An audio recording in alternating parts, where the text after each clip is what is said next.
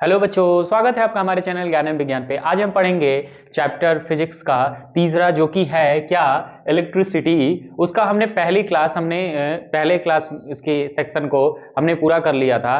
आज हम उसका दूसरा सेक्शन पूरा करेंगे, जिसमें हमें पढ़ने को मिलेगा ओम्स लॉ। उसके अलावा हमने रेजिस्टेंस पढ़ना है। रेजिस्टेंस के बाद उन रेजिस्टेंस को हम कैसे जोड़ते हैं, चाहे वो पैरेलल हो चाहे सीरीज हो, उन सभी को हम आज इस क्लास में हम पढ़ेंगे। ठीक है। अगर आपको ये वीडियो अच्छी लगे तो प्लीज इस वीडियो को लाइक करिएगा, सब्सक्राइब करिएगा और ज्यादा से ज्यादा बच्चों के पास शेयर करिएगा, क्योंकि अब आपकी बोर्ड्स के एग्जाम जल्दी ही पास आने वाले हैं। ठीक है। तो चलिए हेडिंग लिखिए क्या।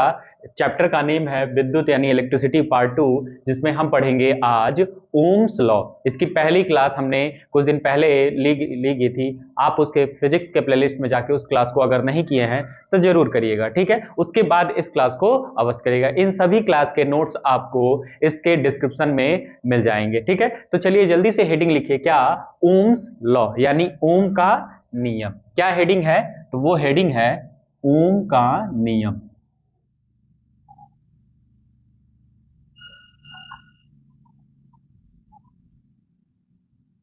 यानी ओम्स लॉ। ठीक है। ओम का नियम।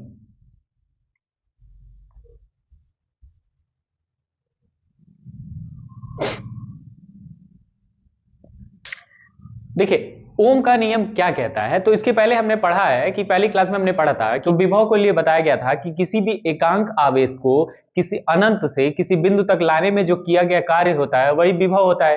ठीक है। यानी किसको, आवेश को एक जगह से दूसरे जगह लाने के लिए कुछ वर्क करना पड़ता है। वही वर्क क्या होता है, उस चालक का एक तौर पे कह सकते हैं विभव हो सकता है, पोटेंशियल हो सकता है। पोटेंशियल डिफरेंस भी हमने पढ़ा था कि एक बिंदु से दूसरे बिंदु तक लाने में किया गया कार्य आवेश को, तो वो दोनों बिंदुओं के बीच का विभवांतर कहते हैं, या वैद्युत विभवांतर या पोटेंशियल डिफरेंस कहते हैं। ठीक है। तो उसी तरह अगर किसी चालक में इलेक्ट्रॉन को गति कराना है, ठीक है, तो हमें उसको वर्क डन कराना रहेगा, तो हमें क्या करना रहेगा, वोल्टेज देना पड़ेगा। जितना ज्यादा हम वोल्टेज देंगे उतना ही इलेक्ट्रॉन निकलेंगे, और जितना ही इलेक्ट्रॉन निकलेंगे उतना ही धारा क्या होगी, प्रवाहित होगी। ठीक है। तो ओम्स लॉ क्या कहता है, तो कहता है कि किसी भी चालक तार में, ठीक है, किसी भी चालक तार के भौतिक अवस्थाओं में, अब भौतिक अवस्था क्या है, तो भौतिक अवस्था का मतलब होता है फिजिकल, जैसे वो सामने से कैसा दिखता है उसमें। ठीक है। तो कह रहे हैं कि ओम्स लॉ के अनुसार अगर किसी चालक के भौतिक अवस्थाओं का परिवर्तन न किया जाए, अब वो भौतिक अवस्थाएं कौन कौन सी है तो वो देख लिया जाए। अगर हम बात किया जाए भौतिक अवस्थाओं के बारे में, किसकी, चालक तार की, किसकी, चालक के, चालक के भौतिक अवस्था, भौतिक अवस्थाओं में, ठीक है, भौतिक अवस्थाओं में, ठीक है। अब भौतिक अवस्था क्या क्या हो सकती है, वो भौतिक अवस्था हो सकता है कि उसका टेम्परेचर यानी ताप, ठीक है, हो सकता है उसकी लेंथ यानी लंबाई, ठीक है, लंबाई, हो सकता है उसका क्षेत्रफल यानी एरिया, ठीक है, क्षेत्रफल, ठीक है। ये सभी उसकी क्या है, भौतिक अवस्थाएं हैं। ठीक है। तो अगर किसी चालक के भौतिक अवस्थाओं में कोई परिवर्तन ना करे, कोई परिवर्तन ना करे मतलब उसके टेम्परेचर को भी ना बढ़ाए, उसकी लंबाई को घटाए बढ़ाए नहीं, उसके क्षेत्रफल यानी एरिया को भी ना घटाए, तो क्या होगा।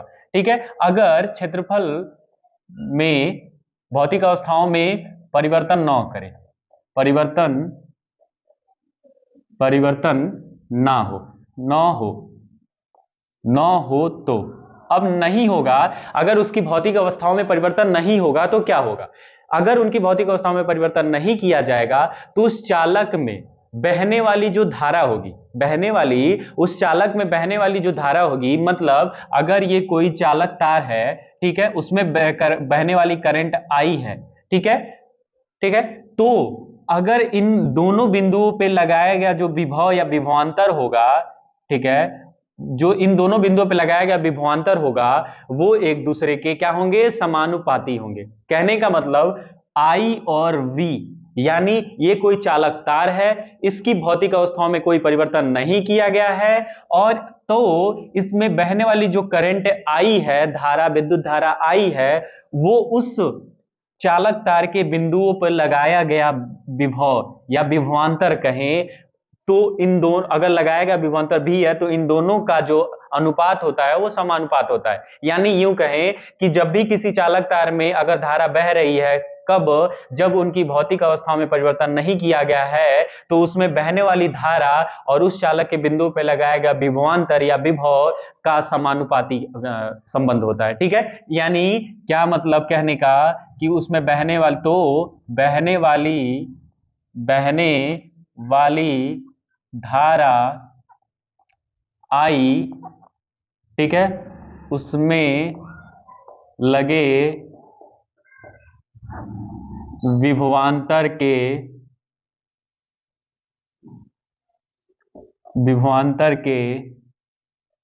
क्या होता है, समानुपाती होता है, समानुपाती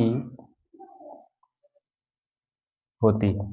बहने वाली जो धारा है वो समानुपाती होती है। ठीक है, यही इनका ओम्स का नियम था। ठीक है, यानी हमने कहा ही कि अगर किसी चालक तार के भौतिक अवस्था में परिवर्तन नहीं किया गया है और उसमें बहने वाली धारा आई है और उनके बिंदुओं पे लगा विभवांतर, अगर ये बिंदु ए है और ये बिंदु बी है, दोनों को हमने एक बैटरी से जोड़ दिया है तो उसमें लगा विभवांतर आई और बी का समानुपाती का संबंध होता है। यानी बहने वाली धारा आई और उसमें लगे विभवांतर के उसमें लगे विभवांतर भी के समानुपाती होती है कौन, करंट। ठीक है, तो यही ओम्स लॉ निकलता है। यानी अगर यहां से हम अगर इस फिगर को अगर मिटा के देखें तो उन्होंने क्या कहा, अगर इसको मैथमेटिकल एक्सप्रेशन में लिखें, ठीक है, गणितीय रूप में लिखें, तो क्या कहने का मतलब है, जो विभवांतर होगा वो डायरेक्टली प्रोपोर्शनल होगा किसके, आई के। ठीक है, विभवांतर जो होगा वो डायरेक्टली प्रोपोर्शनल होगा यानी समानुपाती होगा आई के।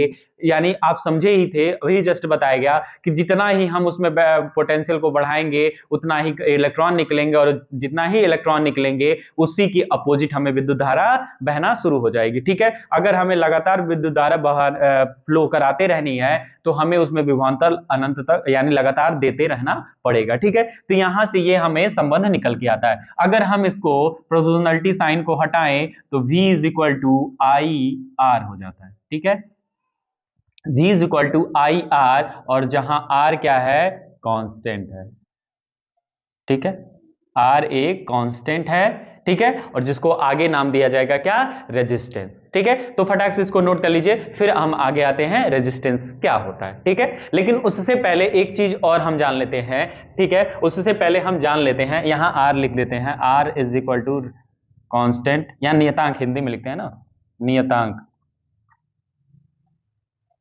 ठीक है, अब देखिए एक चीज और जान लेते हैं, जो ये ओम्स लॉ होता है ये केवल और केवल कंडक्टर यानी चालक के लिए ही होता है, केवल और केवल कंडक्टर के लिए ही एप्लीकेबल होता है। ठीक है, यानी ओम्स का नियम हमेशा और हमेशा किसी पदार्थ के लिए अगर पूछा जाए किस पदार्थ के लिए होगा तो वो केवल और केवल चालक के लिए होगा, ना ही इंसुलेटर यानी अचालक के लिए होगा, ना ही सेमीकंडक्टर अर्धचालक के लिए होगा। तो अगर हम इसमें V और I के बीच अगर हम ग्राफ बनाते हैं, V और I के बीच ग्राफ अगर बनाते हैं तो हमें क्या मिलता है, हमें देखने को मिलता है, अगर हम एक ग्राफ बनाए, ये हमारा x एक्सिस है, ये हमारा y एक्सिस है, अगर हम इस x एक्सिस पे v को दिखाते हैं और y एक्सिस पे हम i को शो कर रहे हैं तो हम देखेंगे क्या होगा। तो इसको दूसरे पेन से दिखाते हैं, इसका क्या होगा कि एक हमें क्या मिलेगी, एक स्ट्रेट लाइन मिलेगी। अब ये स्ट्रेट लाइन यानी सरल रेखा मिलने का मतलब ही है क्या, यानी जितना ही हम विभव को बढ़ा रहे हैं उतना ही करंट बढ़ेगी।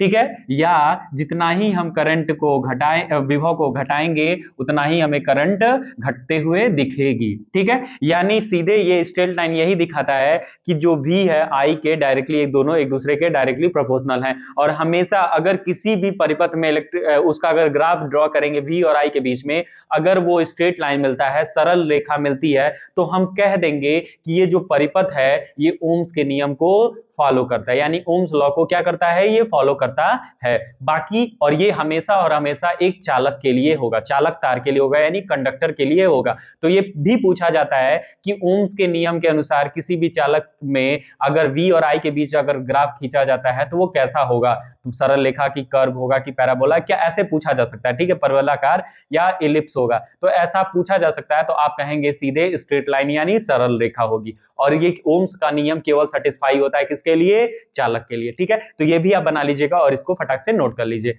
बाकी अगर हम सेमीकंडक्टर पढ़ेंगे, जब 12th में जाएंगे इलेक्ट्रॉनिक्स में, तो हम जब सेमीकंडक्टर अर्धचालक पढ़ेंगे तो उसमें हम देखते हैं अगर एक छोटा सा ग्राफ बनाया जाए तो उसमें जो हमारा ग्राफ आता है, अगर एक छोटा सा ग्राफ बनाने की कोशिश करें तो इसका ग्राफ ऐसे देखने को मिलेगा। ठीक है, उसका ग्राफ ऐसे देखने को मिल जाता है। ठीक है, तो ये स्ट्रेट लाइन नहीं है ना, तो इसलिए हम कह सकते हैं कि उसमें अब ये सेमीकंडक्टर पीएन जंक्शन हो सकता है, पीएन जंक्शन डायोड हो सकता है। ठीक है, एनपीएन कुछ भी होगा, वो अलग बात की बात है कि वो किसका है ग्राफ, लेकिन हम ये सेमीकंडक्टर्स में ऐसे हमें ग्राफ देखने को मिलेगा और इसका एक्सपेरिमेंट भी हमें 12th में कराने को मिलेगा, या आप अगर बीएससी हायर एजुकेशन करते हैं उसमें भी आपको चैप्टर में रखा गया है। ठीक है, इलेक्ट्रॉनिक्स में तो अच्छे से आपको पढ़ने को मिलेगा। फिलहाल बस इतना जान लीजिए, ये हमारा सेमीकंडक्टर में ऐसे हम ग्राफ आता है जो वी और आई के बीच में ड्रॉ करते हैं, और जब इसमें वी और आई के बीच में ड्रॉ करेंगे तो ऐसा आएगा। ठीक है, तो ये चीजें हमें देखने को मिल जाती है। ठीक है, तो इसको आप नोट कर लीजिए और लिख लीजिए जल्दी से, फिर मिटाते हैं।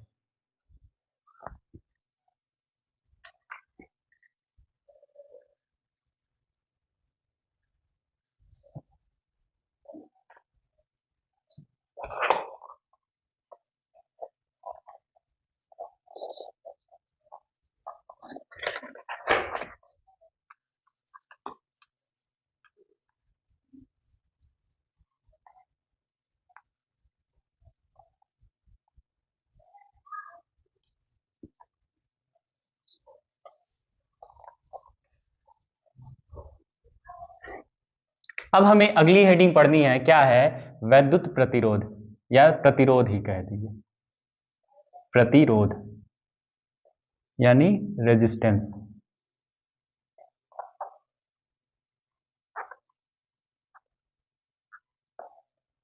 रेजिस्टेंस। अब देखिए, प्रतिरोध अगर शब्द से भी आप देख रहे होंगे तो प्रतिरोध का मतलब क्या दिख रहा होगा, प्रतिरोध का मतलब होता है किसी के अगेंस्ट कोई अवरोध। ठीक है, किसी के अगेंस्ट कोई अवरोध होगा तो उसी को हम क्या कहते हैं, प्रतिरोध कहते हैं। अब ये कैसा अवरोध है, तो ऑब्स्ट्रक्शन ऑफ द किसका, करंट का। ठीक है, करंट को फ्लो होने में एक बाधा उत्पन्न होती है, अवरोध उत्पन्न होता है किसी भी चालक तार में। जाहिर सी बात है, करंट चालक तार में बहती है या कुछ एक्सट्रैक्ट मिला देते हैं तो वो सेमीकंडक्टर में भी फ्लो होने लगता है, लेकिन हम बस पर्टिकुलरली चालक की बात करेंगे। तो अगर चालक तार में धारा बह रही है तो वो धारा को बहने में कुछ रुकावट महसूस होती है, कुछ रुकावट आएगी। ठीक है, अब वो जानते हैं क्योंकि कोई भी पदार्थ बहुत सारे एटम से मिलकर बना है और एटम में इलेक्ट्रॉन प्रोटॉन न्यूट्रॉन सारे हैं, और हम ये भी जानते हैं कि नंबर ऑफ जो इलेक्ट्रॉन होते हैं वो किसी भी कंडक्टर में सबसे ज्यादा होते हैं। ठीक है, फ्री जो इलेक्ट्रॉन होते हैं वो सबसे ज्यादा होते हैं। तो हम जानते हैं इलेक्ट्रॉन रैंडमली मोशन कर रहे हैं, जब भी उनको हम किसी चालक को पोटेंशियल देते हैं तो वो एक डायरेक्शन में हो जाते हैं। ठीक है, और हमेशा अपने अपोजिट डायरेक्शन में फ्लो करना शुरू करते हैं, और जब फ्लो करेंगे तो उसके अपोजिट में हमारी करंट फ्लो होती है। अब सोचिए, जब इलेक्ट्रॉन फ्लो होंगे तो उनको आपस में ऑब्स्ट्रक्शन आएगा। ठीक है, और इसकी वजह से धारा में बहने में दिक्कत होती है। तो यही ऑब्स्ट्रक्शन, यानी हम कह सकते हैं किसी भी चालक तार में विद्युत धारा के फ्लो होने में यानी बहने में जो अवरोध उत्पन्न होता है, जो रुकावट उत्पन्न होता है, उसी को उस चालक का क्या कहते हैं, प्रतिरोध कहते हैं। तो कह सकते हैं ये भी एक तरह का गुण ही है चालक का। ठीक है, चालक का यह गुण है जिसकी वजह से उसमें विद्युत धारा का क्या होता है, अवरोध उत्पन्न होता है। ठीक है, तो ये हम कह सकते हैं विद्युत प्रतिरोध कहलाएगा। विद्युत प्रतिरोध किसे कहेंगे, तो किसी भी चालक तार में विद्युत धारा के अवरोध को ही हम क्या कहते हैं, उस चालक तार का विद्युत प्रतिरोध कहेंगे। ठीक है, विद्युत प्रतिरोध कहेंगे। अगर हम बात करें, कई बार ये पूछ लिया जाता है कि चालक में, अर्धचालक में और अचालक में सबसे ज्यादा विद्युत प्रतिरोध किसका होगा, तो हम जानते हैं, हमने कहा कि विद्युत धारा के बहने के अवरोध को, बहते टाइम अगर उसको अवरोध लगता है तो उसी अवरोध को हम प्रतिरोध कहते हैं। तो बताइए, अगर आप सोचेंगे तो सबसे अच्छी धारा किस में बह सकती है, चालक में। सबसे नॉर्मल धारा बहती है किसी तरह से वो सेमीकंडक्टर में यानी अर्धचालक में, और अचालक में तो बिल्कुल धारा बहती ही नहीं है। तो इस तरह से हम कह सकते हैं कि जो अचालक का रेजिस्टेंस होता है या प्रतिरोध होता है वो क्या होता है, अनंत होता है। तो ये भी कई बार ऑप्शन में पूछा जाता है कि इसमें से किसका प्रतिरोध अनंत होगा, चालक, अचालक, अर्धचालक, इनमें से कोई नहीं, ऐसा ऑप्शन पूछा जा सकता है। या ये भी पूछा जा सकता है कि अचालक का प्रतिरोध कितना होता है, तो उसमें ऑप्शन मिलेगा एक से कम, एक से ज्यादा, अनंत, इनमें से कोई नहीं, ऐसा कुछ भी ऑप्शन बना देगा। तो आप बस इतना ही जानते रहिए कि अचालक में यानी इंसुलेटर में जो रेजिस्टेंस होता है वो इनफाइनाइट यानी अनंत होता है। जब अनंत होने का मतलब ही है कि उसमें धारा नहीं बहती है, यही कारण है ना। ठीक है, और चालक में प्रतिरोध कम होगा। अब वो भी बहुत सारे ऐसे ऐसे चालक होते हैं जिसमें प्रतिरोध कम होता है और थोड़ा सा किसी में ज्यादा होता है, ठीक है। जैसे हमने देखा, अगर बात करें किसी चालक में, तो सबसे अच्छा जो करंट फ्लो होती है जिसमें, वो है सिल्वर। चांदी में सबसे अच्छी करंट फ्लो होती है, उसके बाद कॉपर का नंबर, उसके बाद एल्यूमिनियम का, ठीक है। तो अगर उल्टा अगर कहें तो कह देंगे हम एल्यूमिनियम में ज्यादा रेजिस्टेंस है कंपेरिजन सिल्वर के, यानी चांदी के, ठीक है। तो ये चीजें आप समझ सकते हैं। अगर हम कहें प्रतिरोध, हमने कह लिया कि अवरोध है किसका, विद्युत धारा के बहने के अवरोध के गुण को ही हम चालक का प्रतिरोध कहते हैं, ठीक है। तो अगर हम ओम्स के नियम के हिसाब से चले तो हमने क्या लिखा था, V is equal to I R, ठीक है। तो R इज इक्वल टू, लिख सकते हैं ना, R is equal to V by I, ठीक है। तो ये हमारा रेजिस्टेंस के लिए फॉर्मूला आ जाता है, ठीक है। जहां पे R क्या है, R हमारा प्रतिरोध है, ठीक है। R क्या है, प्रतिरोध है, ठीक है। ये आप लिख लीजिएगा, नहीं रेजिस्टेंस है, ठीक है। अब कई बार आता है कि प्रतिरोध, एक चीज वो भी नोट कर लीजिएगा, यहां नोट में लिख लीजिएगा, अचालकों का प्रतिरोध अनंत होता है। अचालकों के लिए प्रतिरोध अनंत होगा, लिए प्रतिरोध जो होगा वो क्या होगा, अनंत होगा, प्रतिरोध अनंत होगा,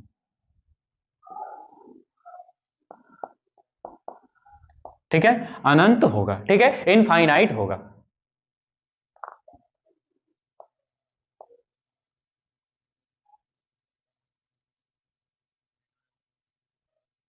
ठीक है, अनंत होगा। तो ये भी आप नोट कर लीजिएगा। अब एक चीज और देखते हैं कि ये चालक तार का प्रतिरोध किसी चीज पे डिपेंड भी करता है, किसी चीज पे डिपेंड करता है, तो वो किस पे डिपेंड कर सकता है। तो सबसे पहली बात करते हैं कि चालक का जो प्रतिरोध होता है वो किस पे डिपेंड करेगा। तो अगर हम बात करें, जो चालक का प्रतिरोध होता है वो पहला किस पे डिपेंड करता है, ठीक है, निर्भरता। निर्भरता, ये लिख देते हैं, निर्भरता, डिपेंडेंसी।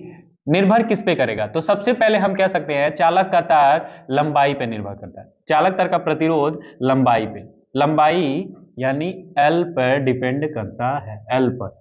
अब कैसे, अब सपोज करिए कि जितना लंबा वायर उतना ही करंट को लंबा फ्लो होना पड़ेगा, और जब लंबा फ्लो होना पड़ेगा तो उसको रास्ते में ऑब्स्ट्रक्शन ज्यादा मिलेगा, रुकावट ज्यादा मिलेगा। जितना ही छोटा तार उतना ही ऑब्स्ट्रक्शन कम, और फ्लो होने में उतना ही प्रतिरोध उसको कम लगेगा। तो ये सिंपली हम कह सकते हैं, अगर चालक कोई तार जितना ही लंबा होगा उसमें प्रतिरोध उतना ही ज्यादा होगा। यानी जो प्रतिरोध होता है वो चालक तार की लंबाई पे डिपेंड करता है, यानी R is proportional to L।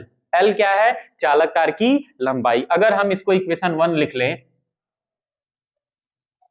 ठीक है, इक्वेशन 1 लिख लेते हैं, ठीक है। यानी चालक तार की जो लंबाई होती है वो L पे डिपेंड करती है, ठीक है। जो सॉरी, चालक तार की जो लंबाई होती है L, वो उसका लंबाई प्रतिरोध के ही समानुपाती होगा। जितना ज्यादा लंबा तार उतना ही उसका प्रतिरोध ज्यादा, जितना ही कम लंबा तार उतना ही कम प्रतिरोध, ठीक है। अब कई बार एक चीज और मन में क्वेश्चन आ रहा होगा, लेकिन पहले एक चीज और पढ़ लेंगे, उसके बाद वो सारा क्वेश्चन का जवाब मिल जाएगा आपको ऑटोमेटिकली, आप समझ जाएंगे क्या है। दूसरा अगर बात किया जाए, तो दूसरा हमारा निर्भर करता है चालक तार का प्रतिरोध, वो निर्भर करता है क्षेत्रफल पे। किस पे, क्षेत्रफल पर, क्षेत्रफल एरिया ए पर, ठीक है, एरिया ए पर निर्भर करता है। अब इसको एक छोटा सा डायग्राम से अगर समझे, तो जैसे एक समझिए, एक चालक तार इतना मोटा है और एक चालक तार इतना मोटा है, ठीक है, सपोज कर लीजिए, ठीक है।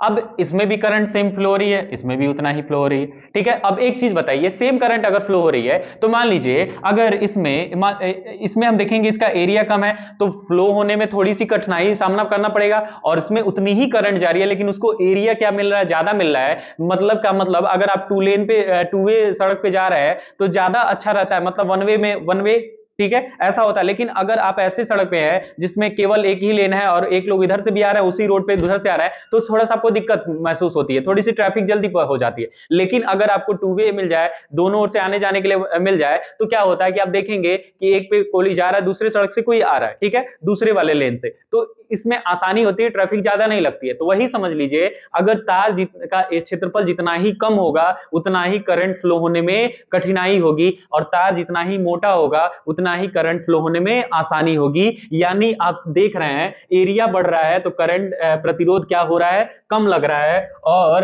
अगर एरिया घट रहा है तो प्रतिरोध क्या हो रहा है, बढ़ रहा है, ठीक है।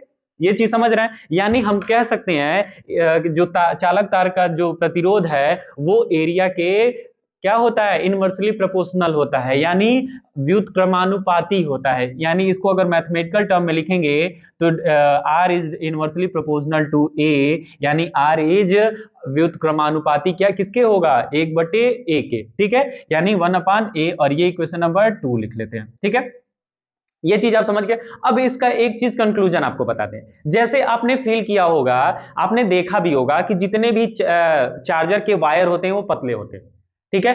वहीं अगर बात किया जाए या आपके घरों में जो वायर लगाया जाता है वो पतला लगाया जाता है, और वहीं पे आप अगर देखेंगे आपके सप्लाई पोल पे वायर मोटे होते हैं, यानी उसका मतलब समझ रहे हैं ना, उसका एरिया ज्यादा है, ठीक है, ज्यादा है क्योंकि करंट को हमें ज्यादा फ्लो कराना है, और हमारे घरों में करंट को कम फ्लो कराना है, इसलिए हमारे घरों में वायरिंग पतले तारों वाली होती है। वहीं वहां पोल पे देखें तो मोटा वायर होता है। इसको आप ऐसे समझ सकते हैं, या एक चीज और समझिए, जैसे इसको देखिए, जैसे आपने अक्सर चार्जर देखा होगा, लैपटॉप के चार्जर को देखा होगा। अगर ये लैपटॉप का चार्जर है तो आप इसमें देखेंगे ये एडाप्टर है, ये हम इसके सॉकेट में लगाते हैं। तो अगर आप फील करें तो ये देखेंगे ये वायर मोटा है, और ये वायर जो हमें उसमें प्लग करना है, जो एडाप्टर से निकल रहा है, वो वायर हमारा पतला है। ऐसा क्यों है?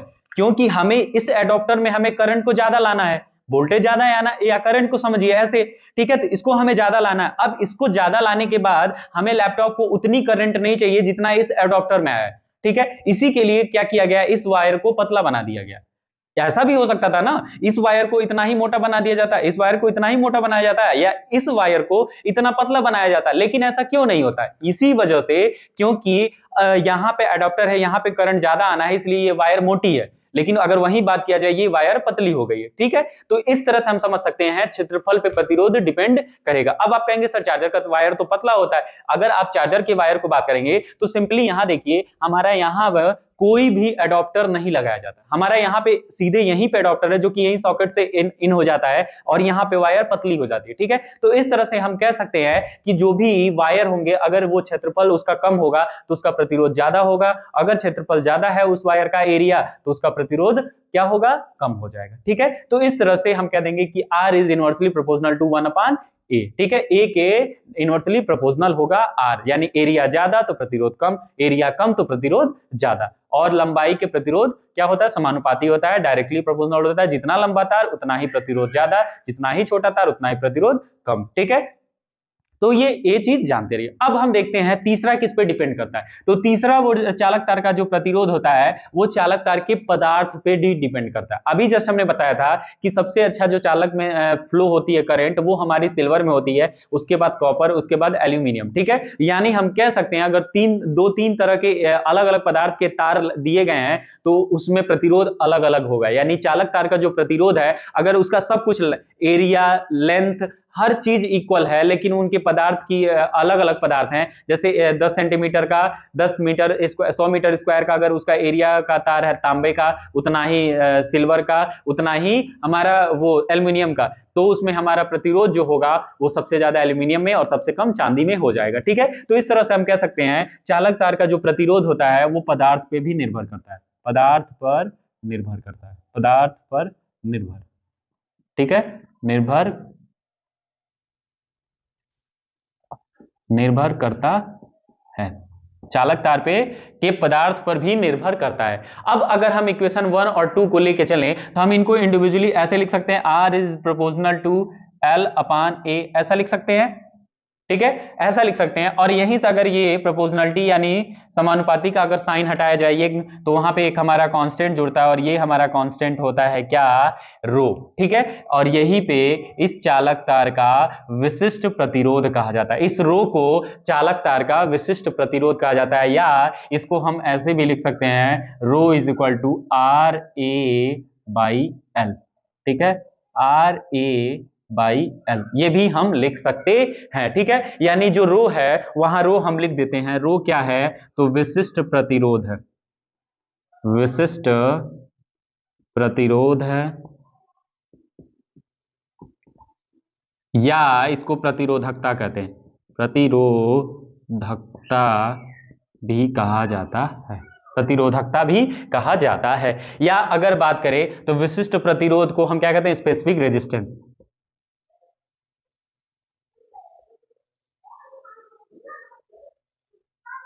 या रेजिस्टिविटी। ठीक है, रेजिस्टिविटी। ठीक है, तो ये आप नोट कर लीजिए। यानी हमने देख लिया कि जो रेजिस्टेंस होता है करंट के फ्लो के ऑब्स्ट्रक्शन को, अवरोध को ही हम प्रतिरोध कहते हैं उस चालक तार का।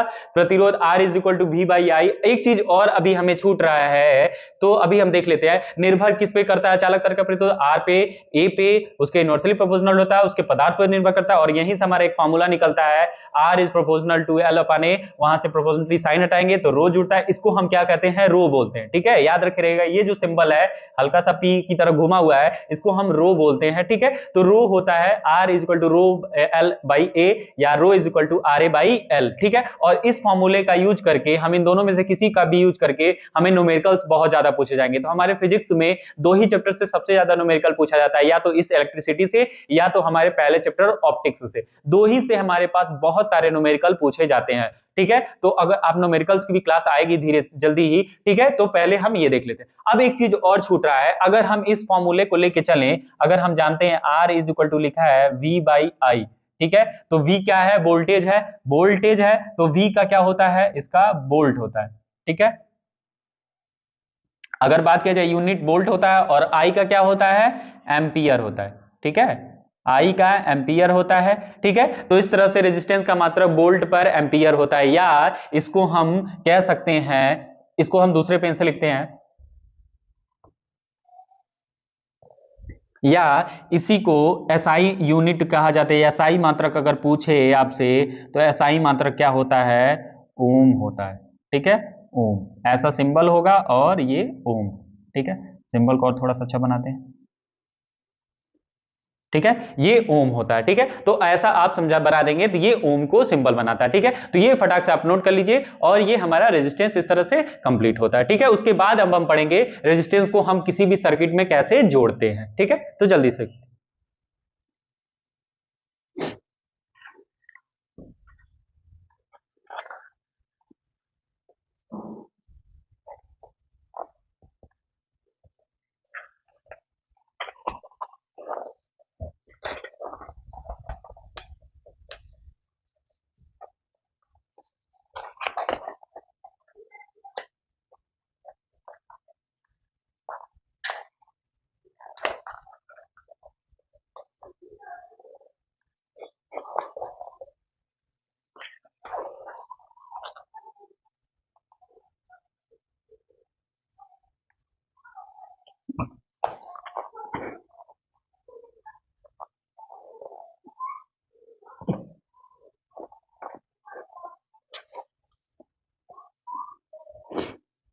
अब हम देखते हैं प्रतिरोधों का संयोजन। प्रतिरोधों का संयोजन का संयोजन।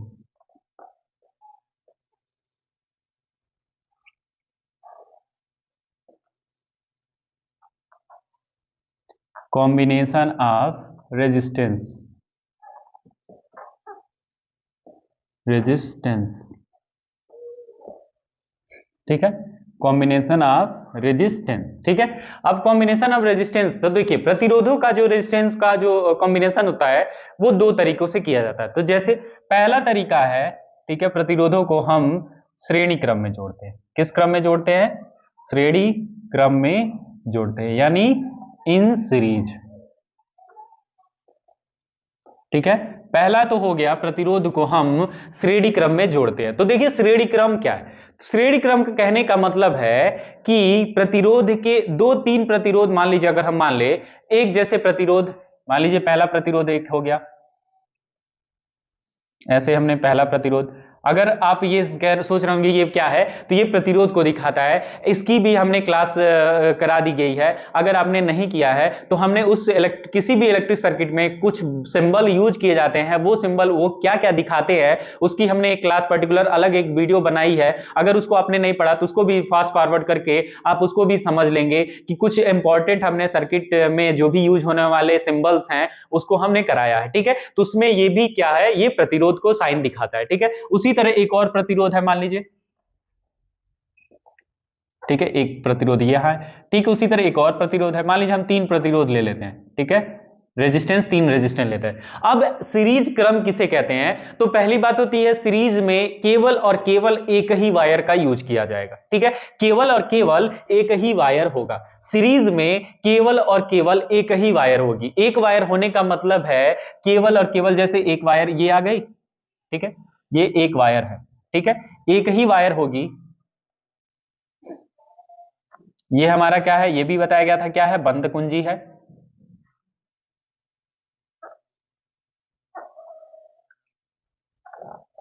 ठीक है, अगर आप ऑब्जर्व करेंगे तो केवल एक वायर आ रही है और ये बैटरी से हमारा क्या हो रहा है, जुड़ जा रहा है, ठीक है, ये भी इधर से भी आ रही है और एक ही है। तो इस तरह से देखा जाए तो केवल एक ही वायर है। तो सीरीज करंट की सबसे पहली पहचान कि केवल उसमें केवल एक ही वायर दिखने का, कोई और कॉम्बिनेशन नहीं देखने को मिलेगा। दूसरा क्या होगा, दूसरी चीज देखने वाली बात है कि उसमें जो हमारे प्रतिरोध रहेंगे, प्रतिरोध का पहला पॉइंट, ठीक है, और ये दूसरा पॉइंट है, ये इसका पहला पॉइंट, ये इसका दूसरा पॉइंट, ये पहला पॉइंट और ये इसका दूसरा पॉइंट, ठीक है। तो इस कहने का मतलब अगर कोई सर्किट में प्रतिरोध सीरीज में जुड़ा हुआ है, श्रेणी क्रम में जुड़ा हुआ है, तो इसका सबसे अच्छा मतलब ये है कि पहले प्रतिरोध का दूसरा पॉइंट और दूसरे प्रतिरोध का पहला पॉइंट आपस में जुड़ जाएंगे, ठीक है, देखिए जुड़ गए। उसी तरह दूसरे का दूसरा पॉइंट और तीसरे का पहला पॉइंट आपस में जुड़ जाएंगे। तो जब ऐसे जुड़ेंगे मतलब एक का दूसरे से, दूसरे का तीसरे से, ऐसे क्रम में जुड़ते चले जाए। सिंपल ये समझिए, मैं कहूं कि 2 3 4 बच्चे हैं, एक अपना उसका हाथ, उसका दूसरा हाथ वो पहला पकड़ेगा, फिर उसका ऐसे अगर एक चेन बना दे तो उसको हम सीरीज कहेंगे, ठीक है, कहते हैं ना एक सीरीज में एक लाइन में खड़े हो जाओ हाथ पकड़ के। तो ये जो हाथ एक दूसरे का पकड़ते हैं वो हमारा होता है सीरीज क्रम, ठीक है। तो उसी तरह इन रेजिस्टेंस को हमने जोड़ दिया। तो दो चीजें आप याद रखिएगा, सीरीज क्रम में क्या होगा कि सर्किट में केवल एक ही वायर होगी जो कि दिख रहा है, और दूसरी बात होगी जो रेजिस्टेंस जुड़े होंगे उसमें वो दोनों अपने अपने लास्ट के एंड और फर्स्ट पॉइंट से एक दूसरे से जुड़ते जाएंगे, एक एंड पॉइंट से और दूसरा अपने फर्स्ट पॉइंट से, ऐसे क्रम में जुड़ते हुए आगे बढ़ते जाएंगे। अब इसमें हम नंबर ऑफ रेजिस्टेंस कितना भी लगा दें, हम अपनी आवश्यकता के हिसाब से उन रेजिस्टेंस को जोड़ते हैं। तो मान लीजिए अगर ये रेजिस्टेंस R1 है, ये हमारा, यहां से लिखते हैं R1 है, ये हमारा R2 है और ये हमारा R3 हो गया। मान लीजिए ये हमारी क्या है, कुंजी है, और ये हमने एक वोल्टेज दिया हुआ है, ठीक है, ये हमने वोल्टेज दिया। अब एक चीज बताइए, जब एक ही वायर होगी तो करंट भी क्या फ्लो हो रही, एक ही फ्लो हो रही, 50 तो करंट होगी नहीं। अरे एक करंट इधर से निकलेगी, ऐसे निकलेगी और ऐसे इंटर करती हुई चली जाएगी, ठीक है, और ऐसे इंटर करती हुई यहां से यहां तक चली आएगी, ठीक है, और यहां तक चली आएगी, ठीक है। इस तरह से सर्किट पूरा भी हो जाएगा। तो हम कह सकते हैं कि जब सीरीज में केवल एक ही टाइप की करंट फ्लो होती है, यानी हर जगह हमें करंट आई ही देखने को मिलेगी, कोई और करंट हमें देखने को नहीं मिलेगी, ठीक है, केवल और केवल आई ही करंट, हर जगह आपको आई आई करंट हमको देखने को मिलेगी। यानी यहां से कंक्लूजन निकला, जो इन सीरीज में हमारी जो धारा होती है, करंट होती है आई, वो क्या होती है, समान होगी, ठीक है, क्या होगी, समान होगी, ठीक है। अब बात आती है विभवांतर की, ठीक है, विभवांतर की, विभवांतर भी की। तो ये हमारा क्या होगा, असमान होगा। यहां पे हमारा विभवांतर, इसको हम दूसरे पेन से लिखते हैं, यहां पे हमारा विभवांतर V1 होगा, यहां पे हमारा विभवांतर V2 होगा, यहां पे विभवांतर V3 होगा। क्यों विभवांतर अलग अलग होगा, इन सीरीज में करंट सेम, विभवांतर अलग अलग, यानी हम यहां लिख देंगे क्या होगी, विभवांतर अलग अलग यानी असमान होगा, ठीक है। जब ये दो चीज आपको बहुत ही मोस्टली इंपॉर्टेंट चीज याद रखने वाली है। क्यों धारा समान है, क्योंकि एक ही वायर है तो उसी वायर में ना करंट फ्लो होगी, करंट कहीं डिस्ट्रीब्यूट होगी ही नहीं, डिस्ट्रीब्यूट होगी ही नहीं, ठीक है। इस वजह से हम कह सकते हैं करंट क्या होगी, ये एक ही रहेगी, और वोल्टेज क्या हो जाएगी, अलग अलग हो जाएगा। अगर अब इस हिसाब से, अब जब ये हो गया तो हम जानते हैं क्या, ओम्स के नियम से, ओम के नियम से हमने पहले पढ़ लिया है। ओम के नियम से हम क्या जानते हैं, ओम के नियम से हम जानते हैं क्या, V इज इक्वल टू क्या होता है, आई आर, ये तो हम जानते हैं, इसको इक्वेशन 1 मान लीजिए, ठीक है। तो ये इस पे लगने वाला रेजिस्टेंस हो जाएगा, इस पे। अब इंडिविजुअली अलग अलग को भी देख लेते हैं, तो V1 इज इक्वल टू क्या हो जाएगा, आई आर वन, ठीक है, करंट तो सेम है तो वो तो सेम रहेगी। V2 इज इक्वल टू क्या रहेगा, आई आर टू। उसी तरह V3 इज इक्वल टू क्या रहेगा, आई आर थ्री, ठीक है, ये चीजें हमने देख लिया। अब क्या करें, अगर हम इन इक्वेशन को एक दूसरे का, अब बताइए ये टोटल वोल्टेज अगर निकाला जाए तो इसके द्वारा जो दिया गया वोल्टेज है वो इसमें पूरे में इक्वली हो जाएगा ना, डिस्ट्रीब्यूट हो गया रहेगा, अलग अलग दो तीनों में डिस्ट्रीब्यूट हो गया रहेगा। तो अगर मैं तीनों वोल्टेज का अगर नेट वैल्यू निकालूं तो इसके बराबर ही आएगा, इसके बराबर आएगा। तो इंडिविजुअली हम लिख सकते हैं ऐसा, V इज इक्वल टू क्या लिख सकते हैं, V1 प्लस V2 और प्लस V3, ठीक है, ऐसा लिख सकते हैं। और डॉट डॉट अगर आगे रेजिस्टेंस जोड़ा होता तो हम आगे बढ़ते जाते, ठीक है। तो ये हम लिख सकते हैं ना, क्योंकि इन तीनों वोल्टेज जो वोल्टेज होगा, इन तीनों का अगर नेट वोल्टेज निकाला जाए तो ये इतना ही इसी के बराबर आएगा जितनी भारी बैटरी जोड़ी गई है, चाहे जितना सेल जोड़ा गया है, ठीक है। तो इस तरह से ये V equal to V1 V2। अब इस इक्वेशन में हम एबव इक्वेशन का यूज कर लेंगे, ऊपर के समीकरण के वैल्यू को हम इसमें पुट कर देंगे। तो V इज इक्वल टू क्या पुट करेंगे, IR होता है, V1 is equal to IR1, V2 is equal to IR2, V3 is equal to IR3। अगर हम यहां से I कॉमन कर लेंगे तो IR is equal to I common हो जाएगा R1 plus R2 plus R3, ठीक है। यहां से I क्या हो जाएगा, कैंसिल आउट हो जाएगा और हमारा इंडिविजुअली बन जाएगा R is equal to R1 plus R2 plus R3। अब ये आगे भी सीरीज बढ़ सकती है, अगर हम जितने नंबर ऑफ रेजिस्टेंस लगाएंगे उतनी ही सीरीज आगे बढ़ती चली जाएगी, ठीक है। तो ये हमारा रेजिस्टेंस का श्रेणी क्रम का फार्मूला निकल के आ जाता है। और ये फार्मूले का यूज हम क्वेश्चन को सॉल्व करते हुए जरूर करेंगे, क्योंकि अभी हम पहले ही जस्ट बोले हैं कि हमारे ऑप्टिक्स और इलेक्ट्रॉनिक्स सेक्शन से बहुत ज्यादा क्वेश्चन बनते हैं हमारे एग्जाम के लिए फिजिक्स में, ठीक है। तो इसको आप फटाक से नोट कर लीजिए और पूरी अच्छे तरीके से आपको समझ आ गया होगा कि ये श्रेणी क्रम क्या होता है। अब इसके बाद हम देखेंगे समांतर क्रम, ठीक है। तो जल्दी से इसको नोट करिए, फिर हम आगे बढ़ते हैं।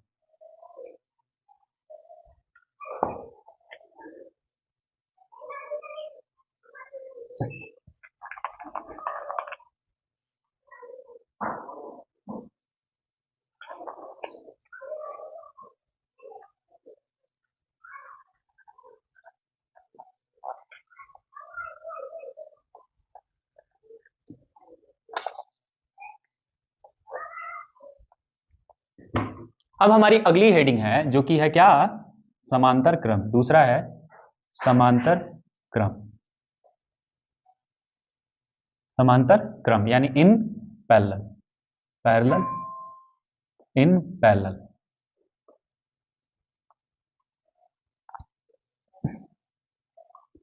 ठीक है, इन पैरेलल। तो देखिए इसके पहले आपने श्रेणी क्रम पढ़ लिया, सीरीज पढ़ लिया। अब हम पढ़ेंगे समांतर क्रम में क्या होता है। तो देखिए समांतर क्रम में सिंपल, उसमें हम केवल एक वायर का यूज किए थे, लेकिन समांतर क्रम का मतलब अगर कहीं भी समांतर क्रम है, पैरेलल है, तो वहां पे बहुत सारे तारों के कॉम्बिनेशन आपको देखने मिलेंगे। अब वो कैसे मिलेंगे, तो देख लीजिए। मान लीजिए एक रेजिस्टेंस हमने यहां जोड़ दिया, ठीक है, एक हमने रेजिस्टेंस यहां लिया, एक रेजिस्टेंस हमने यहां ले लिया,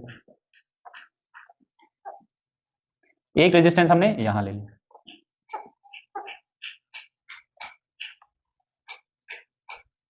ठीक है। तो देखिए इसमें क्या होता है कि पैरेलल में हमने बहुत सारे तारों का कॉम्बिनेशन करना पड़ता है, ठीक है। तारों के कॉम्बिनेशन बहुत सारे ज्यादा रहते हैं, बहुत ज्यादा हमें कॉम्बिनेशन देखने को मिलेगा। इसमें कई सारे तार होते हैं, तो इस तरह से हम पता कर पाते हैं तारों की संख्या क्या होगी, पैरेलल में ज्यादा होगी। अब क्या होगा, इसमें रेजिस्टेंस कैसे जोड़ेंगे, तो इनमें जितने भी रेजिस्टेंस है उन सभी रेजिस्टेंस के पहले पॉइंट को आपस में जोड़ा जाएगा और उन सभी रेजिस्टेंस के दूसरे पॉइंट्स को, इंड पॉइंट को आपस में जोड़ दिया जाएगा। सीरीज में क्या था कि पहले का इंड पॉइंट और दूसरे का फर्स्ट पॉइंट आपस में जुड़ रहे थे, लेकिन यहां पे ऐसा नहीं होगा। पैरेलल में क्या होगा, इनका ये वाला पॉइंट, मान लीजिए दो पॉइंट है, ठीक है, ये वाला पॉइंट ऐसे जुड़ेगा और एक आके ऐसे जुड़ जाएगा, ठीक है, ये आके इससे जुड़, यानी हमने देखा कि इन तीनों का फर्स्ट पॉइंट एक पॉइंट से जाके जुड़ रहा है, ठीक है, यानी ऐसे जुड़ रहे हैं, ठीक है, ये जुड़ा। उसी तरह इनका इंड पॉइंट, इनका इंड पॉइंट और इसका सेकेंड पॉइंट ऐसे जाके जुड़ जाएगा, ठीक है, ये जुड़ जाएगा। अब देखते हैं दूसरा पेन यूज करते हैं, ठीक है। अब देखिए अब क्या होगा, अब यहां पे हम एक क्या लगा देंगे, इनको हम ऐसे यहां पे कुंजी,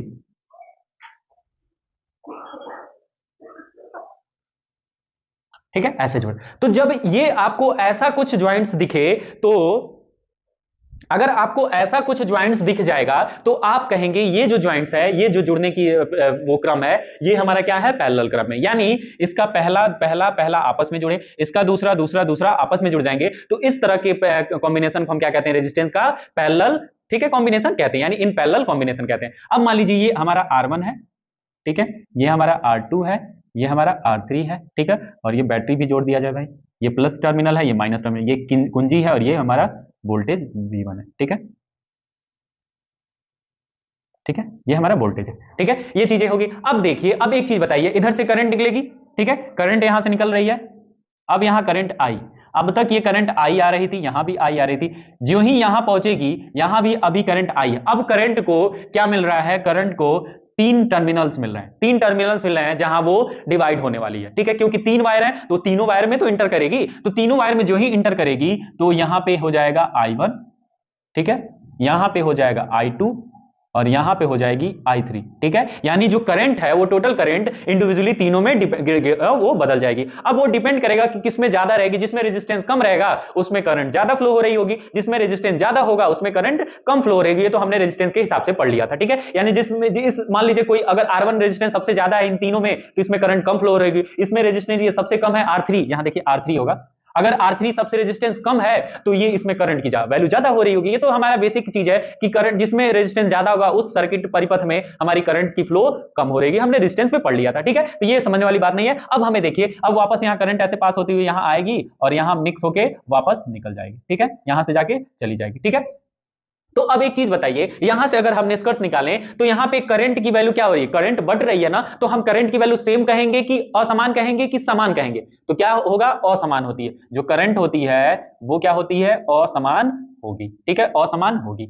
अब बात आती है विभवांतर, तो विभवांतर हमेशा सेम होगा, यानी हर वायर में जो वोल्टेज पहुंचेगा वो समान होगा, ऐसा नहीं कि कम अधिक होगा, ठीक है, लेकिन वहीं सीरीज में वोल्टेज कम हो रहा था, ठीक है, लेकिन अब वो वोल्टेज क्यों कम हो रहा था, क्योंकि बैटरी को अलग रेजिस्टेंस से ज्यादा वर्क करना पड़ा था, एक से दूसरे, दूसरे से तीसरे में जाना पड़ रहा था, लेकिन यहाँ पे एक उसको एक ही पाथ मिल रहा है, इसको भी यहां से मिल रहा है और इसको भी यहां से मिल रहा है, लेकिन करंट क्या हो रही है, इंडिविजुअली तीनों टर्मिनल में डिवाइड हो जा रही है, ठीक है, तो इस तरह से धारा जो होगी वो असमान होगी और जो वोल्टेज विभवांतर होगा या विभव होगा वो हमारा समान होगा, ठीक है, ये चीजें हमने जान लिया किसमें, इन पैरेलल में। अब यहां से फिर से वही बात है, वही काम फिर से करना आसान, ओम्स के अनुसार, ओम के नियम के हिसाब से, यानी ओम्स लॉ के हिसाब से हम जानते हैं क्या, V इज इक्वल टू हम क्या जानते हैं, IR, तो I इज इक्वल टू हम क्या लिख सकते हैं, I is equal to V by R, ऐसा लिख सकते हैं, इसको इक्वेशन नंबर 1 मान लीजिए।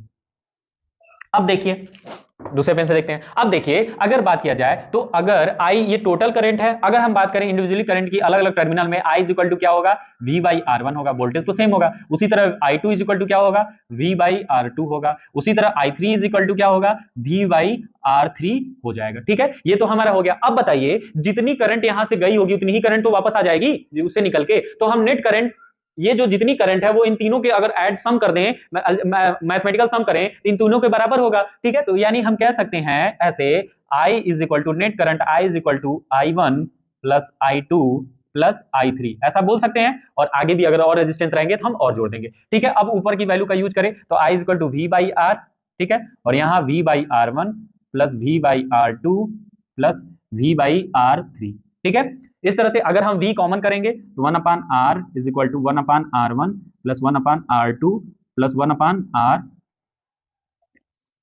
R3, ठीक है, और यही हमारा इन पैरेलल कॉम्बिनेशन है किसका, रेजिस्टेंस का, ठीक है, यही जो इक्वेशन है यही हमारा इन पैरेलल कॉम्बिनेशन है किसका, रेजिस्टेंस का, ठीक है, इसको नोट करिए। फिर एक चीज बताया जाता है,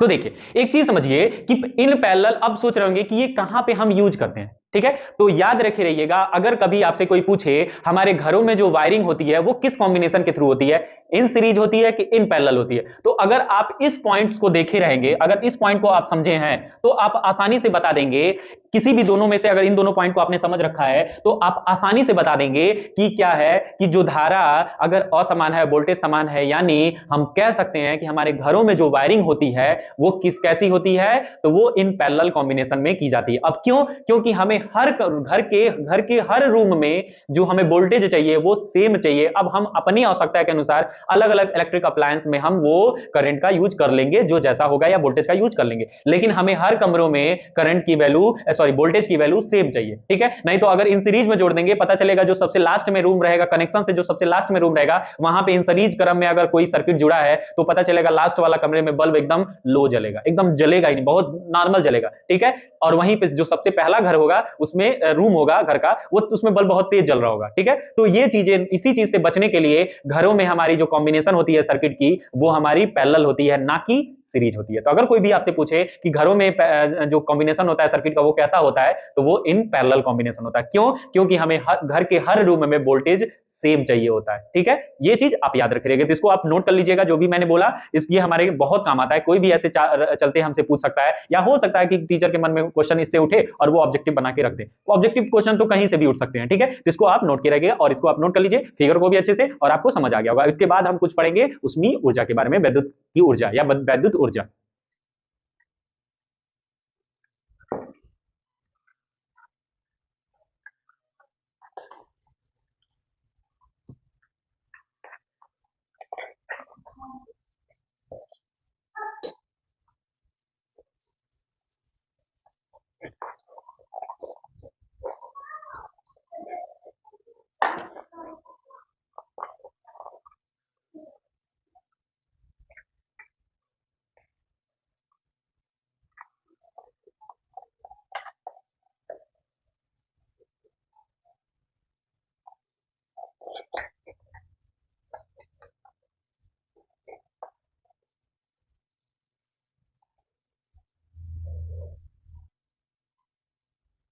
अब हमें पढ़ना है वैद्युत ऊर्जा।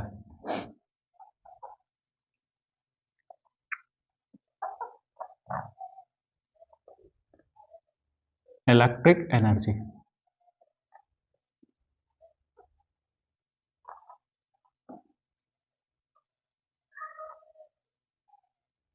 Electric energy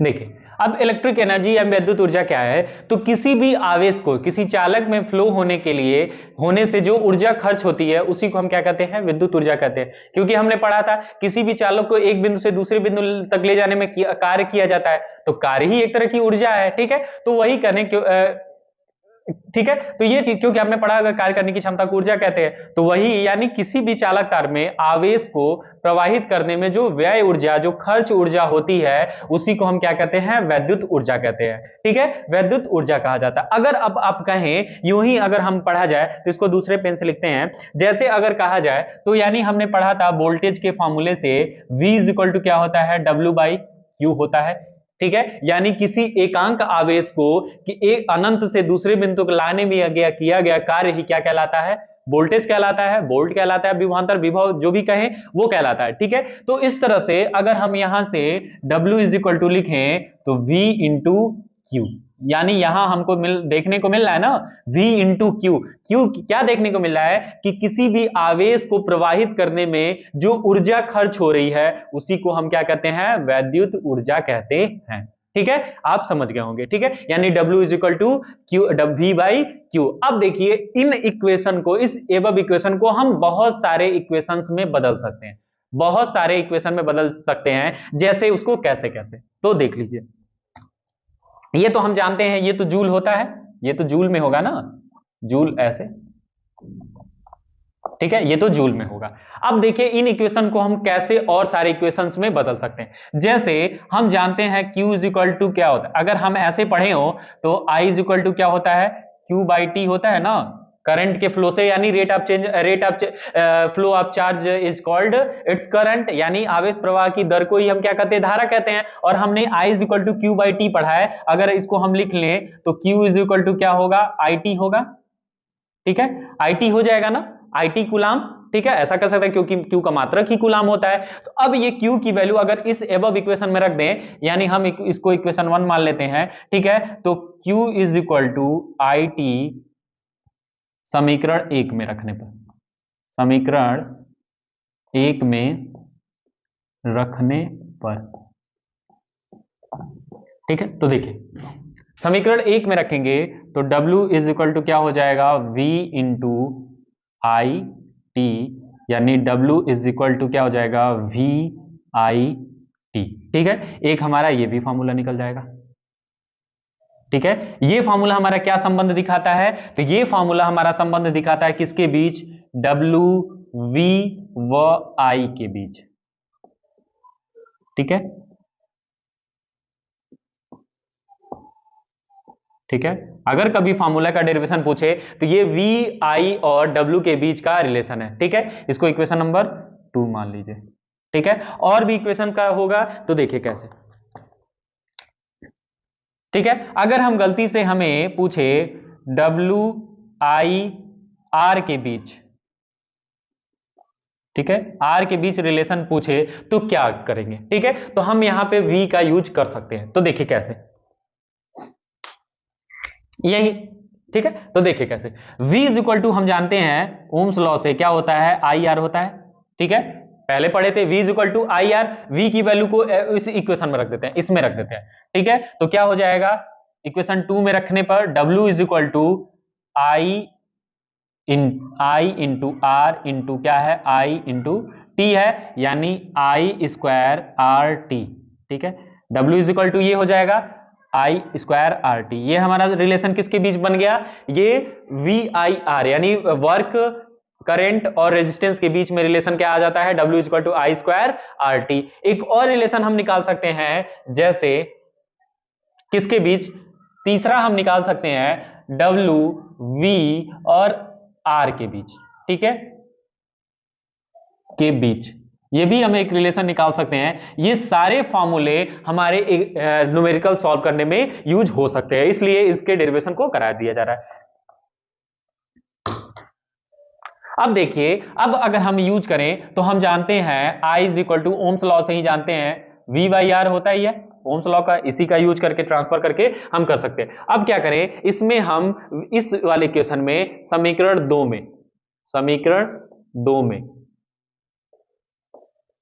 I is equal to V by R रखने पर, ठीक है, समीकरण 2 में v equal to I is equal to V by R रखने पर, ठीक है। जो ही इस समीकरण में रखेंगे तो देखिए क्या होता है, क्या हो जाएगा, w is equal to V है, ये है i की जगह पे v by R into T, ठीक है, यानी v square T by R, ठीक है। ये हमारा एक ही क्वेश्चन आ जाएगा। ये भी इसको लिख लीजिए, इसको हम ऐसे घेर देते हैं, ठीक है। ये हमारा हो गया तीसरा। और एक चीज याद रखी रहेगा, ये सभी जूल में ही रहेंगे क्योंकि वर्क की यूनिट जूल ही होती है। तो ये हमारा क्या है, वैद्युत ऊर्जा। अब ये चाहे ये इक्वेशन यूज कर लें आप, ये इक्वेशन या ये इक्वेशन, इन चारों इक्वेशंस का यूज करके हम न्यूमेरिकल्स को सॉल्व कर लेंगे। अगर किसी में ऐसा दिया वी टी आर दिया है, आई नहीं दिया है, तो हम आसानी से वर्क डन निकाल लेंगे, ठीक है। तो ये सभी इक्वेशंस का यूज करके, ये बहुत ही इंपॉर्टेंट इक्वेशंस हैं, हमें आसानी से फॉर्मूले को याद रखे रहना है, न्यूमेरिकल्स में बहुत काम आने वाला है, ठीक है। तो इसको भी फटाक से नोट कर लीजिए, फिर और भी एक टॉपिक है उसको हम कंप्लीट करते हैं।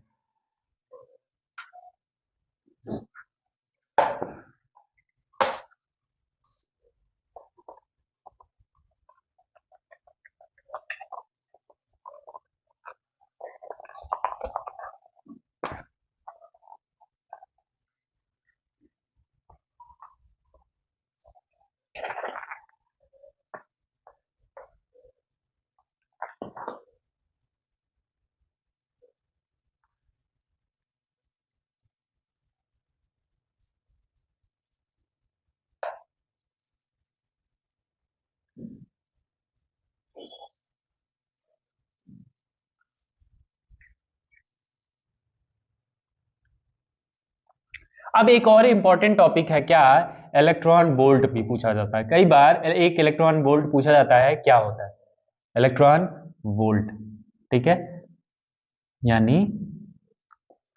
इलेक्ट्रॉन वोल्ट, ठीक है, यानी कई बार इसको शॉर्ट में ऐसे लिख दिया जाता है ईवी, ठीक है, ईवी, इलेक्ट्रॉन वोल्ट, ठीक है। तो देखिए इलेक्ट्रॉन वोल्ट ये भी एक नंबर में पूछा जा सकता है। तो इलेक्ट्रॉन वोल्ट क्या है, तो इलेक्ट्रॉन वोल्ट एक कार्य है, एक वर्क है, जिसमें एक इलेक्ट्रॉन वोल्ट वह कार्य है जिसमें एक इलेक्ट्रॉन को किसी एक बिंदु से दो बिंदु के बीच में लाने में कार्य किया जाता है, ठीक है। यानी एक इलेक्ट्रॉन वोल्ट वह कार्य है जिससे हमें एक इलेक्ट्रॉन को एक बिंदु से दूसरे बिंदु तक लेके जाते हैं। लेकिन उस टाइम पे जो वोल्टेज होता है वो 1 वोल्ट होना चाहिए, यानी विभवांतर जो होना चाहिए उन बिंदुओं के बीच वो 1 वोल्ट होना चाहिए। यानी हम कह सकते हैं यदि दो बिंदुओं के बीच दो बिंदुओं के बीच बीच का विभवांतर विभवांतर क्या हो, 1 वोल्ट हो, 1 वोल्ट हो, तो अगर दो बिंदुओं के बीच का विभवांतर 1 वोल्ट हो तो क्या होगा, एक इलेक्ट्रॉन को एक इलेक्ट्रॉन को एक इलेक्ट्रॉन को एक बिंदु से दूसरे बिंदु तक ले जाने में किया गया कार्य ले जाने में किया गया जो कार्य होगा, किया गया कार्य 1 इलेक्ट्रॉन वोल्ट कहलाता है। एक इलेक्ट्रॉन वोल्ट कहलाता है, 1 इलेक्ट्रॉन वोल्ट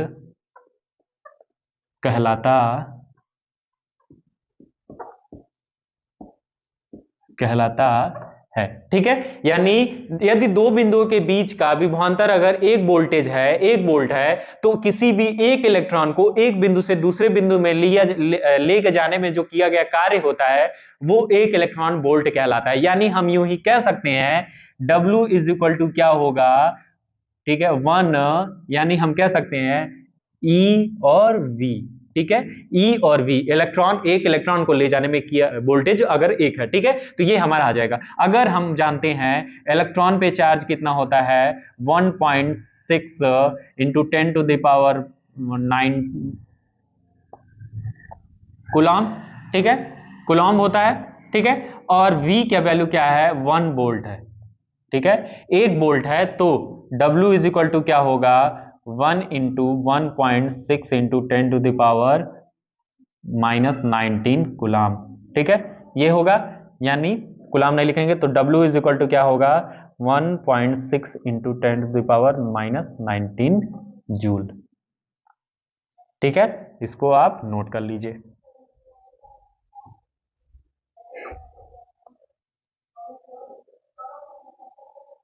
ठीक है, तो ये पूछा जा सकता है 1 इलेक्ट्रॉन वोल्ट के लिए, तो ये 1 नंबर या 2 नंबर में क्वेश्चंस पूछे जा सकते हैं। ठीक है, ये तो हम जानते ही हैं। ठीक है, और ये वोल्ट 1 वोल्ट दिया है तो then W is equal to ये जूल होगा। इसको फटाक से नोट कर लीजिए, फिर हम आगे पढ़ते हैं।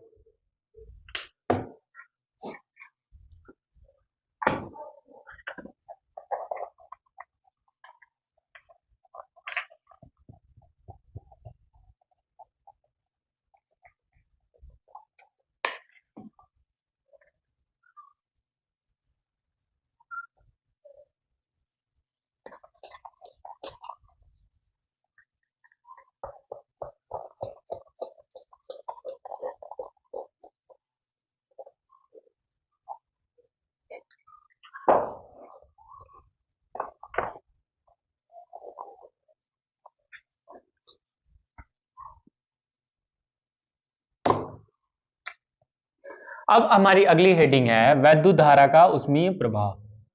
वैद्युत धारा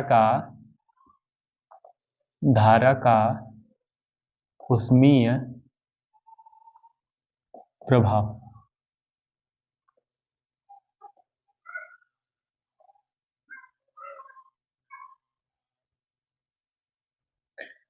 heating factor of electric current. ठीक है, तो ये वैद्युत धारा का उसमें प्रभाव क्या होता है, तो देखिए जैसे हम देखते हैं कि अक्सर हम कोई भी चीज जब इलेक्ट्रिक अप्लायंस यूज करते हैं, ठीक है, जैसे आप फोन को चार्जर से चार्ज करते हैं तो देखते हैं कि चार्जर हीट हो जाता है, या जब आप अपने फोन का यूज करते हैं, जब हैवी वर्क करना शुरू करते हैं या कोई भी वर्क करते हैं तो देखते हैं वो फोन यूज हो जाता है, बाकी नॉर्मली में अगर रखे रहते हैं तो वो गर्म नहीं होता है। ठीक है, तो यही जो गर्म होता है यही उसका उष्मीय प्रभाव है। ठीक है, क्योंकि अब जानते हैं जब किसी भी चालक तार में कोई भी करंट फ्लो होती है तो करंट फ्लो होने का मतलब क्या है कि इलेक्ट्रॉन को मोशन करना है। अब जब इलेक्ट्रॉन मोशन करेंगे तो आपस में टक्कर खाएंगे, टक्कर खाने की वजह से एनर्जी निकलती है और वही एनर्जी किसी भी चालक को क्या कर देती है, हीट एनर्जी प्रोवाइड कराती है और वो चालक तार गर्म हो जाता है। ठीक है, तो यानी समझ सकते हैं किसी भी चालक में विद्युत धारा के प्रवाहित होने की वजह से जो ऊर्जा मुक्त होती है, यानी वो चालक तार गर्म हो जाता है। चालक तार के गर्म होने को ही हम क्या कहते हैं, विद्युत धारा का ऊष्मीय प्रभाव कहते हैं। और ये कब होता है, जब उसमें किसी भी चालक तार में विद्युत धारा प्रवाहित होगी तभी वो चालक क्या होगा, हीट होगा, गर्म होना शुरू होगा और इसी को ही हम क्या कहते हैं, विद्युत धारा का ऊष्मीय प्रभाव कहते हैं। जैसे अगर हम इसको ऐसे समझें,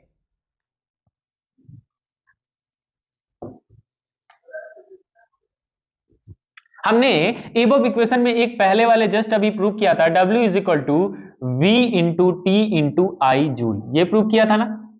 ठीक है, ये वाला हमने इक्वेशन देखा था। ठीक है, तो अगर हम बात करें इसको दूसरे पेन से लिखें, हम जानते हैं एक चीज, हम जानते हैं, क्या जानते हैं, 1 कैलोरी इज इक्वल टू क्या होता है, 4.2 जूल होता है। ठीक है, ये होता है। तो अगर हम 1 जूल इज इक्वल टू लिखें, 1 जूल इज इक्वल टू, तो हम लिख सकते हैं ना 1.4.2 कैलोरी, ऐसा लिखा जा सकता है। ठीक है, तो अगर 1 जूल बराबर 1/4.2 है तो W जूल बराबर क्या हो सकता है, W joule is equal to हो सकता है W by 4.2 calorie, CAL dot. ठीक है, कैलोरी हो सकता है। अब थोड़ा दूसरे पेन से लिखते हैं। ठीक है, तो ये तो हमारा वर्क डन। अब इस हिसाब से अगर हम उष्मा की बात करें तो क्या होगा, उस चालक तार में उष्मा कितनी होगी, अगर हम उसकी बात करें, उष्मा H इज इक्वल टू क्या होगा तब, W बाई, अरे भाई जितना वर्क करेगा उसी की वजह से ना वो गर्मी होगी, तो W बाई 4.2। ठीक है, ये होगा। अब अगर हम यहां W की जगह VIT लिख दे तो H इज इक्वल टू क्या हो जाएगा, VIT डिवाइडेड बाई 4.2। ठीक है, कैलोरीज। ठीक है, ये हो जाएगा और यही हमारा एक इक्वेशन हमको मिल जाएगा, ये हमको इक्वेशन मिल जाएगा ऊष्मीय ऊर्जा, यानी किसी भी चालक तार में अगर वैद्युत धारा प्रवाहित हो रही है तो ये उसकी ऊष्मीय ऊर्जा है। अब इन एबव इक्वेशन को हम और फॉर्म में हम चेंज कर सकते हैं। कैसे, तो देखिए, जैसे अगर हम कुछ और भी लिखें तो इसके पहले हमने W के लिए क्या हमने देखा था, जब कार्य के लिए वैद्युत ऊर्जा के लिए हमने बहुत सारे इक्वेशन निकाले थे, तो हमने एक और इक्वेशन लिखा था। जैसे क्या हमने लिखा था, तो आपने देखा होगा, अगर आप लिखे होंगे तो अगर आप पेज पलट के देखें तो I² T/R ऐसा हमने लिखा था। ठीक है, ये इक्वेशन यूज किया था। अब इस W की जगह इक्वेशन 1 में इसको इक्वेशन 2 मान लीजिए, इसको इक्वेशन 1 मान लेते हैं। ठीक है, अब हम इस वैल्यू को इक्वेशन 1 में पुट कर दें तो H इज इक्वल टू क्या हो जाएगा, समीकरण किसमें, 1 में, समीकरण 1 में। ठीक है, समीकरण 1 में तो H इज इक्वल टू क्या हो जाएगा, I² T/4.2 R कैलोरी, ये हो जाएगा। इसको भी हम बंद कर देते हैं बॉक्स में। ठीक है, एक ये हमारा इक्वेशन आ जाएगा, इक्वेशन नंबर इसको 3 मान लीजिए। ठीक है, अब एक चीज और अगर हम यूज कर ले, जैसे अब W इक्वल टू और भी सारे इक्वेशन लिखा गया, तो देखिए क्या लिखा गया था, हमने एक और इक्वेशन लिखा था, क्या, W is equal to V²RT। ठीक है, ऐसा लिखा था। ठीक है, चलिए इसी पेन से लिख लेते हैं, V²RT हमने लिखा था। अब इसका भी यूज समीकरण 1 में कर देते हैं, समीकरण 1 में। ठीक है, समीकरण 1 में इक्वेशन 1 में यूज करें तो क्या ले सकते हैं, H इज इक्वल टू क्या लिख सकते हैं W की जगह, तो V²RT डिवाइडेड बाई 4.2 कैलोरी। ठीक है, ये इक्वेशन हम लिख सकते हैं। तो इस तरह से हम देखेंगे, एक इक्वेशन हमारा और आ गया, इक्वेशन नंबर 4। ठीक है, तो ये हमारे विद्युत धारा के ऊष्मीय प्रभाव को ये इक्वेशन दिखा रहे हैं। ठीक है, अब यहीं से एक रूल निकल के आएगा जिसको जूल का ऊष्मीय कहते हैं, ऊर्जा कहते हैं, ऊष्मीय प्रभाव कह सकते हैं। ठीक है, तो देखिए वो क्या होगा। अब हम अगर इक्वेशन 2, 3, 4 में देखेंगे तो एक जगह हमें देखने को मिलेगा कि जो ऊष्मीय ऊर्जा है वो I के क्या है, अगर हम इस इक्वेशन में देखेंगे तो इन सभी इक्वेशन को देखेंगे, इन्हीं इक्वेशंस को हम क्या कहते हैं, जूल का नियम कहते हैं। क्या कहते हैं, जूल का नियम कहते हैं, जूल का नियम कहते हैं, जूल का नियम कहते हैं। उपरोक्त सभी इक्वेशंस को हम जूल का नियम कहते हैं। ठीक है, इन्हीं को जूल का नियम कहते हैं। किसके लिए? तो उष्मीय ऊर्जा उत्पादन के लिए। किसी भी वैद्युत धारा का उष्मीय प्रभाव जो होगा, उसी उष्मीय ऊर्जा के उत्पादन में को ही हम इन इक्वेशंस को क्या कहेंगे? जूल का नियम कहते हैं। इन जूल के नियम में आप देखेंगे कि कई बार धारा का स्क्वायर जो होगा वो उष्मीय ऊर्जा के अनुक्रमानुपाती है। कब? जब R और क्या है, T हमारे स्थिर है। ठीक है, उसके बाद जब I और R स्थिर है तब भी वो उसके अनुक्रमानुपाती है, और जब R और उसके है तब भी वो अनुक्रमानुपाती है। तो ये तीनों नियम हमारे क्या कहलाते हैं? जूल के नियम कहलाते हैं। तो फटाक से इसको भी नोट कर लीजिए, फिर देखते हैं क्या है।